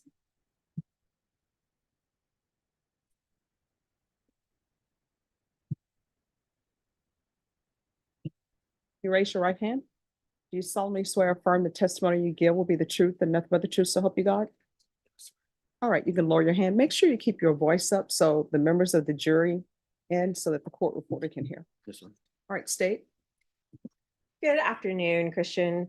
Can you please state your name for the record and spell it? But also, can you make sure you have the microphone nice and close to you so everyone can hear you? Yes. Christian Rodriguez, CHRISTIAN, Rodriguez, RODRIGUEZ. The Christian, tell us a little about yourself. What do you do for a living? I'm self-employed, construction industry. How long have you been doing that? For the last about 3 years, a little over 3 years. Are you from San Antonio? Yes, How long have you lived here? all my life, born and raised. Did you go to school here and everything? Yes, ma'am. Where'd you go to school? I went to Holmes High School. Did you go to any college at all? I went to Vista. I changed my major, so Vista, SAC, St. Philip's. Yes, Yeah, ma'am. the ACC Community College Circuit? Yeah. Are you currently dating anyone? Danessa, yes. And how long have you and Danessa known each other? I met her at the end of 2021, December, beginning of the month of December. When did you begin dating? Uh, It kind of just morphed into it, but I would say more towards the middle of the year, middle of 2022. But yes, I think starting from February onward, Okay. and then it got serious more. So at first you were friends and then it kind of changed into dating. Yes, ma'am. Um, were you aware that she had been previously married? Yes, ma'am. Do you know who she was married to? To David Duenas. Do you currently see him in the courtroom? Yes, ma'am. Can you please point him out and identify an article of clothing he's Yes, wearing? in the gray vest. And let the record reflect that the witness has identified the defendant. Had you ever met him at all? No, ma'am. Had you ever met Danessa's son prior to September 11th, 2022? Yes, ma'am. So tell me a little about September 11th, 2022. What was your day like that day? I believe it was football Sunday. Diani was, I believe, still at David's house, or whatever they were doing. Picked her up. I just remember her telling me they had been kind of going kind of head to head throughout the day. Just along those lines. And then we were going to Little Woodrow's with Charles to go and watch the Cowboys and Buccaneers game. Yes, ma'am. Um, had you ever been with Danessa on days that she and David were exchanging custody of Diani? No, ma'am. She made sure I was never around. Okay. So you weren't used to like how it normally worked or anything between them? No, just from what well, no, ma'am. Okay. So do you remember, you said you picked Danessa up, correct? Yes, ma'am. Where did you pick her up from? From her brother's house. Where was she living at this time? That's where she was living. Yes, ma'am. She was living with her brother. Yes, ma'am. What area of town did her brother live in? It's Petrenko in 211 area outside of 1604. Was that close or far from where you guys were heading to at Little Woodrow's? It was pretty close. At 10-minute drive, if that. Why were you guys going to Little Woodrow's? To go watch the football game with Charles. And how long have you known Charles? For from that time, probably like 3-4 years. Was he your friend or Danessa's friend? My friend. So once you guys get to Little Woodrow's, were you aware of any plans to exchange custody with Diani? It was in the air because she wanted to pick him up due to his family contacting her about Diani, I guess, wanting to go home. And then I don't know there's, text messages, phone calls, like their conversations, what they were going through. Okay. Yes, ma'am. So it was up in the air. Yes, ma'am. Okay. Do you recall about what time you guys got to Little Woodrow's? I would say about, I would assume 7. It's been a while. Yes. Are you a big NFL watcher? Yes, ma'am. What time do games normally run on Sundays? It's there's a 3:30 game and then there's I want to say it's 7:30 between then. It kind of varies. Yes. So if it was a 7:30 game, 7 o'clock would make sense. Yeah, we got there slightly before it started. And you said it was the Cowboys and the Bucks? Yes, ma'am. Do you know if you got to finish watching that whole game? Not even close. Okay. So when you guys get there, what did you order, if you recall? I remember I usually get the Nashville hot chicken from there. That was what I ate. Yes, Are ma'am. you a big fan of Little Woodrow's? Yes, ma'am. Okay. Had you ever been there with Danessa before? No, ma'am. Did you have anything to drink that night? I had at most 1 beer. Service was pretty crazy. Was it full of football fans that night? Yes, ma'am. It was packed. How about the parking lot? Parking lot was same thing packed. Does that happen often when you go there to watch football game? Yes, ma'am. Did Danessa or Charles have anything to drink that you recall? Not that I recall, no. At what point did you guys end up having to leave and why? Danessa got a text message from him, I guess, like to pick him up already. So at that point we closed out our tab, waited to get our tab so we can pay it. And then, yeah, yes, ma'am. So Okay. about that. So, you're saying Tab, Little Woodrow's is both a bar and a grill, correct? Yes, ma'am. Do you have to open a tab even when you're just ordering food? Usually, I don't think so. I mean, I ordered a beer with my food, so I guess usually yes, but it was just closed out right after. Okay. So you guys pay your tab. Do you remember about what time you started trying to leave? Mm, I'm not too sure, honestly. Do you know how far into the game you got to watch? It was sometime after the first quarter, if the first quarter even ended. Okay, so it was early on. Yes, ma'am. Okay, so you guys get up to leave. What do you do next? Got up to leave after we paid and got to my truck. Noticed it wasn't starting. What kind of truck was it? It was a 1996 Dodge Ram 1500. Okay. Had you had any trouble with it before? I was kind of experimenting with it. I had just bought it within that month. I have a habit of buying and selling trading vehicles. And so, yeah, kinks kind of come up. Okay, so it wouldn't start. Yeah. What happened when it wouldn't start? From my belief is I left the light on because Danessa, she was looking for her purse, and I believe it had fell. She had it in the back seat of my truck, and I turned on my light so that way she can, see it. And then I guess I forgot to turn it off when I got out, closed the door, and I didn't even realize that. Either that or I left the door, open. Mhm. Yes, ma'am. What did you guys decide to do when your car wouldn't, or when your truck wouldn't start? So I have a background in automotive. I used to be a mechanic. So I tried seeing if I had anything in my tools, jump cables, anything. Tried disconnecting some stuff to try to give it a little bit more juice.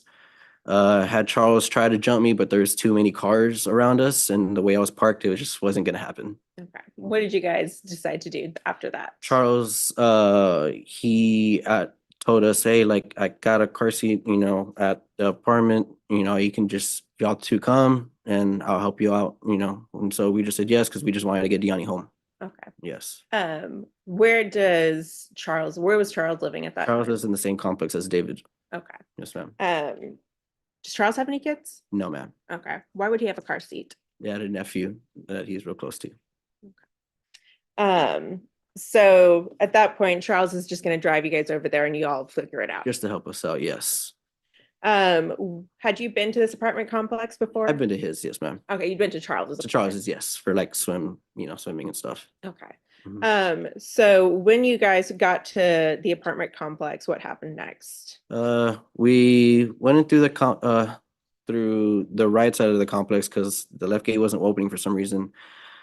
Drove through, and Danessa, she always tells me when she picks up Deani that she parks on the side of David's building because she doesn't want him to see what she drives. So she told Charles to park on that same side in the parking spot, which are where you can't really see. Mhm. Yes, ma'am. But that's when we noticed when we were driving up, that's when he was already outside. And Yeah. when you say him, who do you mean? David. Okay, and he was outside where? He was outside, I guess, I don't know exactly which apartment, but door is his, but he was outside the main entrance to it. And he looked pretty agitated already, kind of pacing.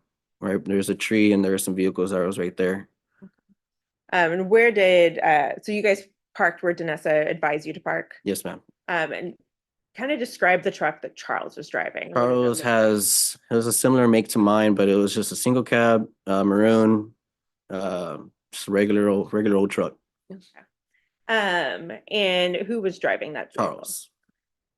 And so when Danessa got out, what did you and Charles do? We're just talking, she said, I'll be right back.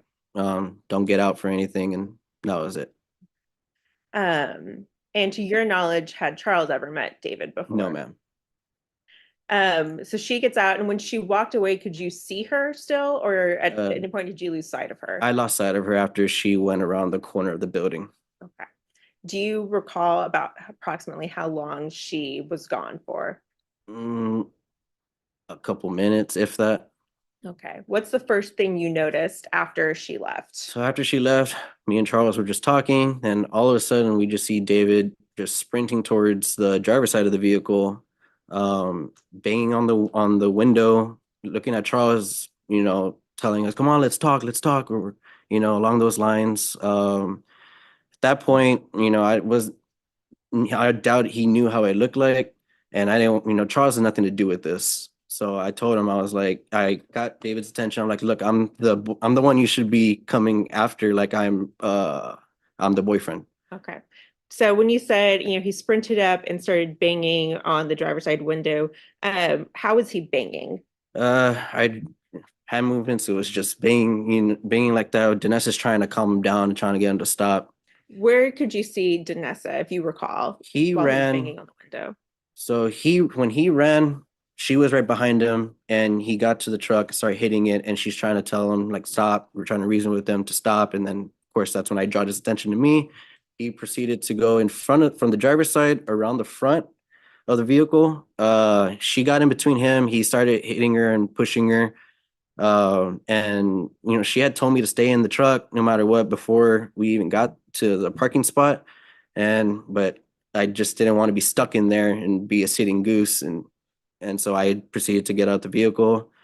I'm going to stop you. Sorry, yeah, just sorry kind of about cut that. you off. You said that he was hitting her. Was he hitting her with her hands or with his hands, or did he have anything in his hands at that point? At that point, I didn't see anything. He just was hitting her from what I saw from my Okay. point of view. So you then get out of the truck. I get correct? out of the truck, yes, ma'am. Okay. What did you do after you got out of the truck?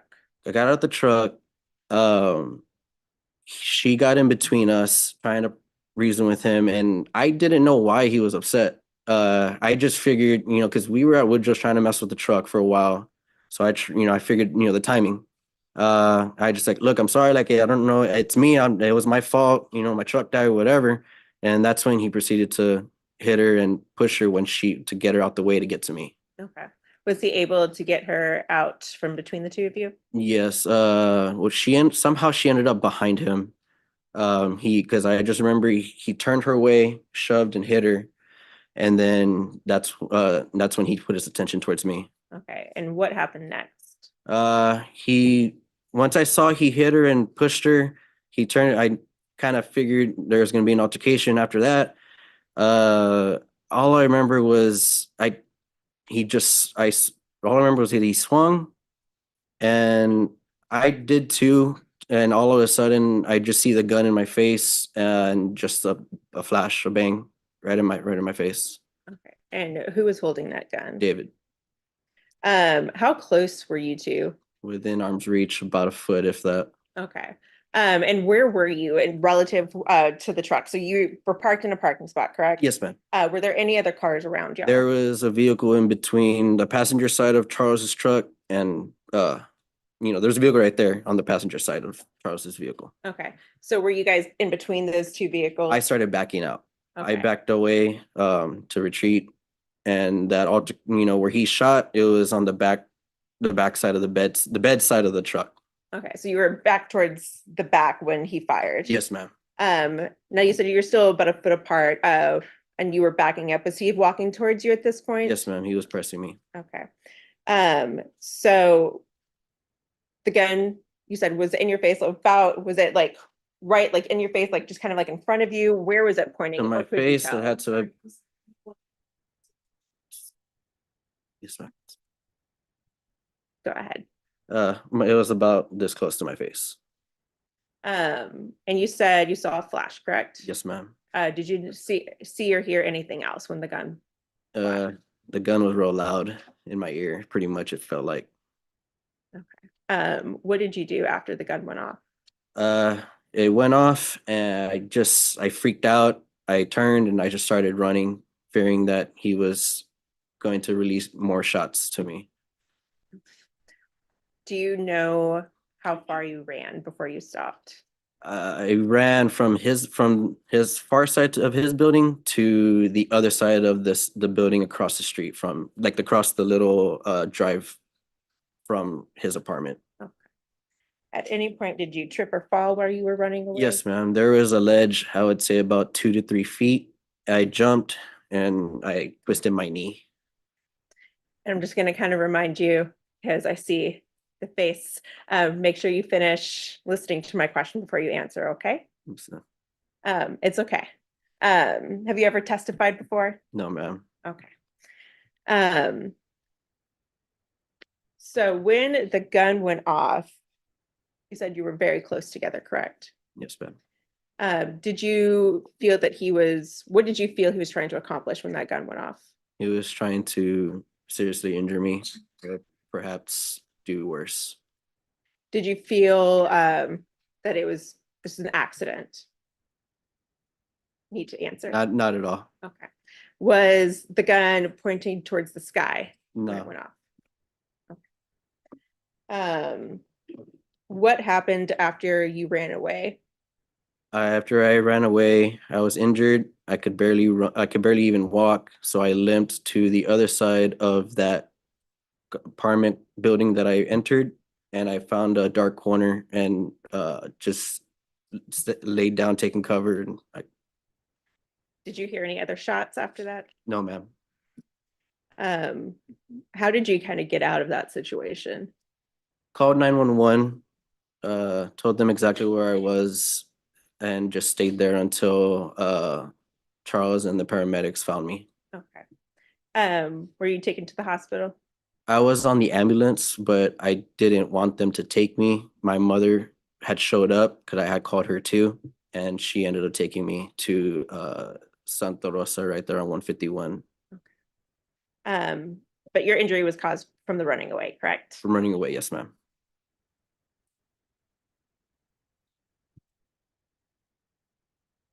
I'm gonna pass the witness, Your Honor. All right, defense?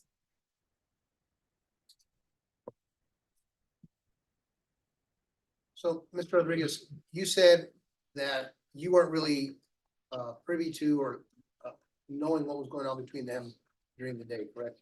No, yes, I was not aware. So if there was text message, discussions, phone calls, you weren't involved in any of that? No, sir. At any point, well, what time did you and her first get together that day? It had to be around between 6:30 and 7 Okay, p.m. so if she was in contact with him I- before 6:30, then you weren't even there with her, If she was in contact with him, with David? with David, I don't believe so. I'm sorry, can you rephrase that question?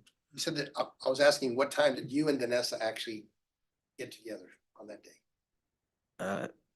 Yeah, about like 6:30-ish. It's been a while. But specifically just to go see the game. Yes, sir. In other words, y'all weren't together in the afternoon, Oh, no, not at all. and have lunch together. No, sir.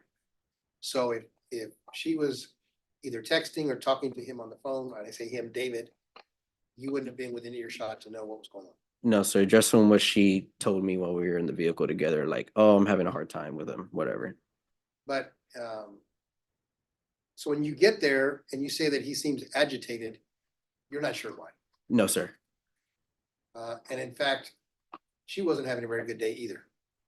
Up to, just from what little you could discern. Is that fair to say? I'm sorry. Could you tell that she was kind of distracted or was having something going on with the child? She didn't. She was concerned because she wanted Deani to come home. That was her concern. Well, did you know that David had offered to bring the child home even before you went to the football game? Not to my knowledge. She told me that. And Mr. Rodriguez, if you don't mind me stopping you, we normally don't repeat what other people tell you. Yes, So sir. I'm just asking what you know and what you remember, if you don't mind. Yes, sir. I just know that they had gone with their, I don't know how to say it, I'm sorry. I just know they were having trouble with each other throughout the day, and that was the end of it. You say you see David approaching the vehicle. What is Danessa doing when he's approaching the vehicle? She's running, catching up to him because he was sprinting. Did you see any physical contact between the two of them before he got to the truck? No, sir, that part was blocked from my vision. Had you been watching her where she walked to after she left, got in the truck? No, sir, it blocked my vision from, we were on the side of the building. So once David realized, between you and Charles's help, that you're in fact Danessa's new boyfriend, he approaches your side of the vehicle, correct? Yes, sir. As he does that, what's Danessa doing? Danessa is in between him and she's just trying to reason with him, tell him to stop and just to go leave. But is she trying to reason with him, or is she also putting her hands on him? He was already putting his hands on her, trying to get to me. Well, that wasn't my question, Mr. Rodriguez. Is it a one-sided deal, or they're both putting their hands on each other? That's my question. Both. Um. But at that point, you didn't know him from anybody, right? That I didn't know him? You and David did not know each other. No, sir. You never exchanged words No, sir. and had any conversation that day. No, sir. You had no animosity towards him, No, sir. other than what you heard secondhand. And his approach to you, isn't it true that he said, let's talk? In an angrily tone. Yes, sir, it's true, but in an angrily tone. But you don't know if that anger is a result from what was going on between them or whether it was directed towards you, right? Yes, sir. He wanted to talk, not to shoot you, not to fight you. He wanted to talk. Yes or no?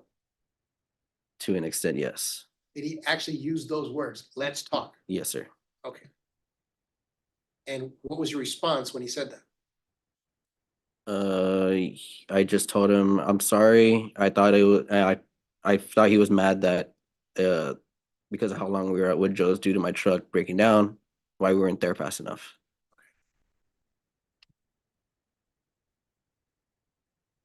And at that point, as you're trying to, sounds like calm down the situation or make explanations, Danessa still is physically interacting with him, right?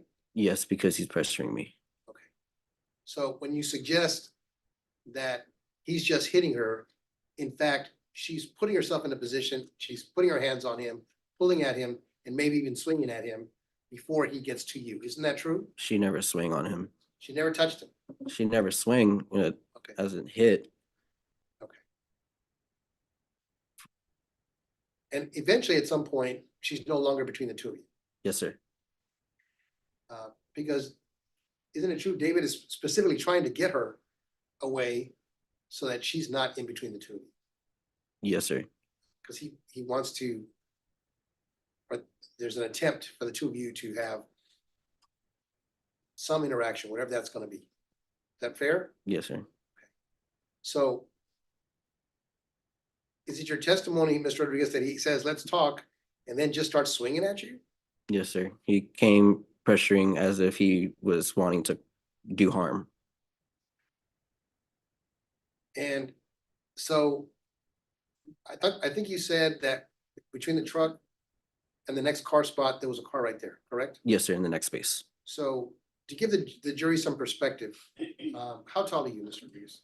5'11", give or take. So if you get out of your truck and you close the truck door and you stick both your arms out, would you touch the car next to you? Yes, sir. So it was a narrower space than your two arms extended. Yes, sir. And in fact, would you agree that for somebody to get around you, you'd almost have to get out of their way? Yes, sir. Yeah. And your testimony is that he's a foot away from you, give or take, Yes, sir. when the gun goes off, Yes, sir. pointed at your face. Yes, sir. So then you must have had some injuries in your face. It was in the direction of my face. Well, so are you saying you did not have any injuries in your face? No. Did any crime scene technicians or police officers do anything to try to recover gunshot residue from either your body, your face, or your clothes? Not me, to my knowledge, just on him. Did you tell somebody that night while you were still at the scene your version of what happened as you've told us here today? The officer came to the hospital where I was at. How do you know which one you went to? They called me from, I guess, the crime scene. I believe Danessa or Charles probably gave them my number. I got a phone call. They asked me where I was at. I was skeptical because I was like, how did they even get my number? And they met me there at the hospital while I was getting x-rays. How long would you say after you left the scene did they make it to the hospital? Within 20 minutes, 30 minutes. You're still wearing the same clothes. Yes, sir. You hadn't washed your face or your hands or anything else. No, sir. Did they do any kind of that testing at the hospital? Of the gunpowder testing? Anything to try to gather evidence? No, sir. He just did a visual, I guess, look at me and looked at the sheets that the doctors had said what was wrong. Did they take any pictures? I believe so, but I'm not, I don't remember. Did they ask you to save the clothing so you could give it to them for testing? No, sir. Um, Did you in fact have any injuries on your body that resulted from the gun being discharged? No, sir. Okay. So when do you first see the gun? I'm sorry. When do you first see the gun? I first saw the gun once once I was backing up, and pretty much when it went off is when I saw it. I didn't know he had a gun the entire time.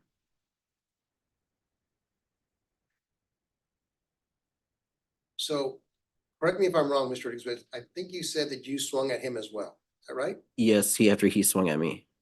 Did you ever actually hit him? I don't believe so. Were you and Danessa ever physically in contact with him at the same time? I think she was behind him pulling on his arm to get him away from me. And to my knowledge that's probably what saved my life, Okay, tell me what you mean by that. because that gun was really in my face. And when he shot, the only thing that I remember was he looked like he was pulled, and his arm went to my right, his left, causing it to miss. So you saw his body kind of contorting or moving in response to somebody pulling on him from behind. Yes, ma'am. Yes, sir. And at the same time that's happening, the gun's going off. Yes, sir. Okay. So would you say that, and I'm not trying to put words in your mouth, you tell me, would you say that he made a conscious effort to point the gun, or the gun went off as his body's moving in reaction to what the person behind him is doing? He already had it up, knowing he was going to shoot me. But yet no other rounds were fired. No, sir, just one. When you turn to go in the direction behind the truck, what's back there? Is it another building, cars? What's back there? I turned and went to the front side of his building where he was standing at before we got there. Do you remember as you parked the truck in the parking spot, what was behind the truck? I didn't park the truck in the parking spot, but there was nothing behind the truck. Behind the truck was where cars drive through. And then on the other side of that is where there's more parking. Okay, so there's parking along the curb where Charles' truck is parked, and then there's a space for cars to drive back and forth. Yes, And sir. then there's another line of cars on the other side. Yes, sir. So if he shot a bullet in your direction where you were standing at that moment, it might have hit one of the other cars parked there. It might have. Were there any buildings behind where those cars were parked? No, sir, it was all woods. So it's just a row of cars and then the woods. Yes, sir. Um,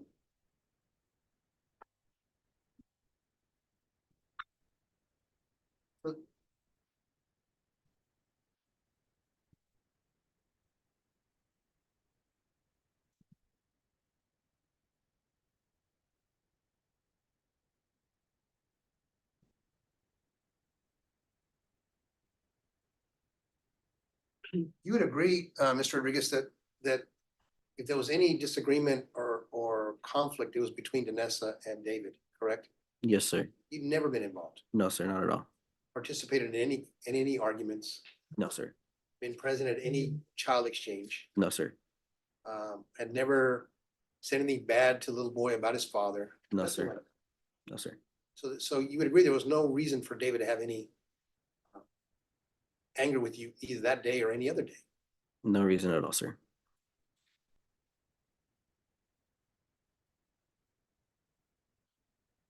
When you, I don't remember if I asked you this question, but when you gave your statement, did they record it? I believe so. Was that, did they use like your telephone or if you remember? I don't remember, sir. Would you agree, Mr. Rodriguez, that whatever you're telling us here today is probably the same thing you told them that day? Yes, sir. So if in your statement you said he pointed the gun at you and fired it, well, let's start with that. Is that what you told him? Yes, sir. Is that what you're telling us here today? Yes, sir. But even though he's on a foot away from you, and the gun's even seemingly closer than that, you don't get hit. No, sir. Do you have any explanation for that? Like I said, he got pulled. It's what it looks like, and it just hit the trajectory on the gun shifted, so it didn't make contact with my face.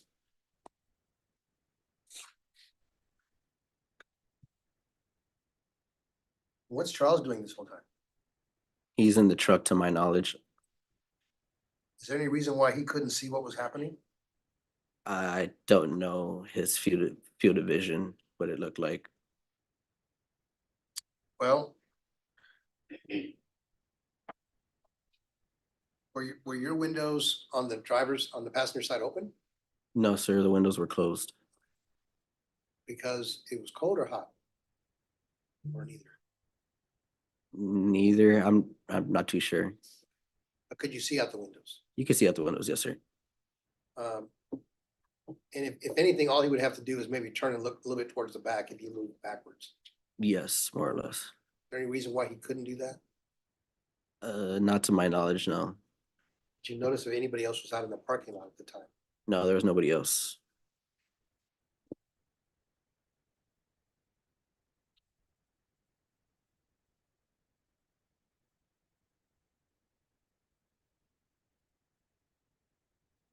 Councilman Judge.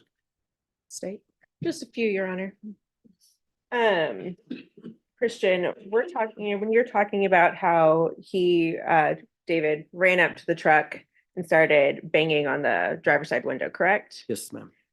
So kind of demonstrate for us, was it like a knock or was it a bang? How aggressively was he hitting? There were hard bangs on the window multiple times.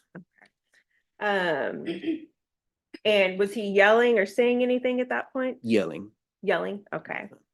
Is that when he was yelling, I want to talk, let's talk? Yes, ma'am. Okay. So he wasn't just saying, hey, buddy, let's have a chat, correct? Yes, ma'am. Okay, he was yelling it. And then when he came around to the passenger side to confront you, was he still yelling or was he calmly saying, let's talk? He was still yelling. So the entire interaction with him, how would you describe it? Very aggressive towards me. And also, how quickly or how slowly, how long did this whole interaction last from when Danessa walked off to where the shots fired and you ran away? If I had to assume, maybe 5 minutes. So it's pretty fast. Yes, ma'am. Pass the witness, Your Honor. Defense. So, Mr. Rodriguez, if I understand correctly, when he's banging on the window, you don't see anything in his hand. I didn't see anything. It wasn't too bright of an area there. Okay. But you would agree with me if you had, let's say the person had a rock or pipe or a baseball bat or something like that, that would make a different sound on the glass or maybe even break the glass, right? Yes, I thought he was just hitting with his hand. And that was my next question. So it felt to you from what you could hear and what you could see that he was banging on it with his hands. Yes, sir. And that you never saw the gun in his hand until he's all the way on the other side, you're out of the truck just before it goes off. Yes, sir. That's all I have. State. Nothing further from the state, Your Honor. All right, is this witness excused or subject for recall? So what you recall, Judge? All right, the rule has been invoked. What that means is you cannot discuss your testimony with anyone. The only persons you're allowed to speak to are attorneys for the state or the defense. You understand? Yes, ma'am. You're not allowed to watch anything about this case. Do you understand? Yes, ma'am. All right, you may step down. Just make sure you're available if anyone wishes to recall you. Yes, ma'am. All right, thank you. All right, ladies and gentlemen, we are going to recess for the day if everyone is okay with that. All right. So what will end up happening is we are going to come back tomorrow at 1:30 If everybody is not here at 1:30, then we cannot start at 1:30. And I know that Deputy Laura has everybody's numbers, and she probably has or will give you the number to the court. If there is an issue, you need to call that number. Does everybody understand? All right. You are not allowed to start deliberating on this case or thinking about this case or having any thoughts whatsoever. Does everyone understand? You are only allowed to know about this case from what happens in this courtroom. Does everyone understand? That means there's to be no investigation. Everything that you need to know about this case is to come from inside this courtroom and nowhere else. If somebody tries to talk about this case, you are to ignore it. If you see anything about this case, you are to change the channel or ignore it. Does everyone understand? All right. Now, in this, we can go off the record. In this courtroom, what I can tell you is the temperature. Some days is extremely cold. Some days is extremely hot. I have no control. I know people see the thermostat behind me. That's just a placebo. So I can, if it would help everybody when people say it's too hot or it's too cold, I'll go over there and fiddle with it, but it does nothing. What I end up doing when I notice it's too hot or too cold, I'll send an email to the powers that be to tell them it's too cold or too hot here.